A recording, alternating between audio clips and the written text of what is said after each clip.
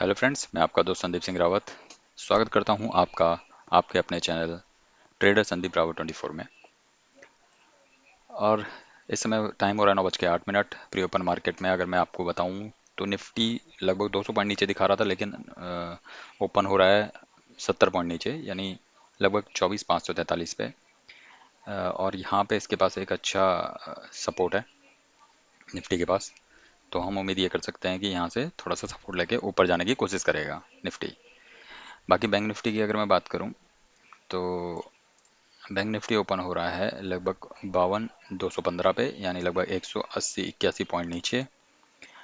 तो 52,215 की अगर मैं बात करूं तो ये ओपन हो रहा है, अगर मैं 15 मिनट के हिसाब से देखूं,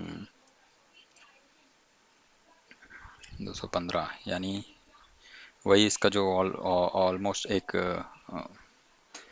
अगर आप देखोगे एक रेंज है जिसमें ये बार बार बैंक निफ्टी यहीं घूम रहा है लगभग। अगर आप देखोगे तो 5 तारीख से एक बार इसने इसको तोड़ा था, तो ये 51,760 तक भी चला गया था, और उसके बाद वापस रिकवरी दिखाई और वापस उसी रेंज में आ गया। तो उस रेंज को आज तोड़ रहा है। बैंक निफ्टी की कॉल बेच सकते हैं हम यहाँ पे। अब बैंक निफ्टी की हम 52,400 की कॉल बेचने जा रहे हैं। तो एक लॉट से सिर्फ हमने यहाँ पे इस समय एंट्री बनाई है आप लोगों के सामने। इस समय लगभग 300-400 का प्रॉफिट चल रहा है। और ठीक है, अभी ये ट्रेड चल रहा है हमारा, एक ट्रेड हमने लिया है और देखते हैं इसमें क्या होता है। 600 के आसपास मिल रहा है। अगर ये हमारा हिट करता है 100 पॉइंट तो 1500 हमारा टारगेट है बेसिकली, और लॉस हमारा सिर्फ 35 पॉइंट है। बाकी निफ्टी में एक बार देख लेते हैं कि निफ्टी में हाँ कम पोजीशन बनानी है तो हम क्या बना सकते हैं। जिस हिसाब से पूरे ईएमएस नीचे को हो गए हैं इसके, अगर एक बार ईएमए के पास आता है तो इसमें भी हम 24,600 24,600 की कॉल सेल कर सकते हैं। निफ्टी कमज़ोर है पर बाउंस बैक कर सकता है, क्योंकि अपने पहली कैंडल के लो को इसने अभी तक तोड़ा नहीं है। यहाँ पे ये भी दिक्कत है।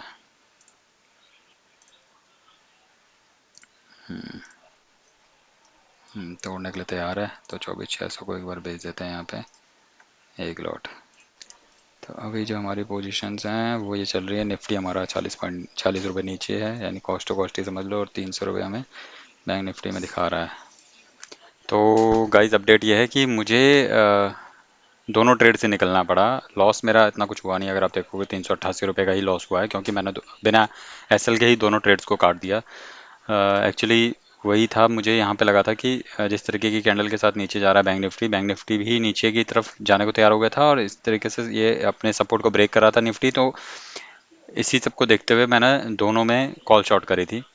निफ्टी बैंक निफ्टी दोनों में अगर मैं आपको दिखाऊं तो मैं दोनों में ही कॉल शॉट करी थी। लेकिन जैसे ही इसने रिवर्सल लिया यहाँ पे, और ये अपने जो रेजिस्टेंस बना था उसको इसने जैसे ही सपोर्ट बनाने के लिए मतलब ऊपर को कैंडल बनाई, और मैंने निफ्टी में चेक किया तो निफ्टी में भी ये यहीं पे फंसने लगा।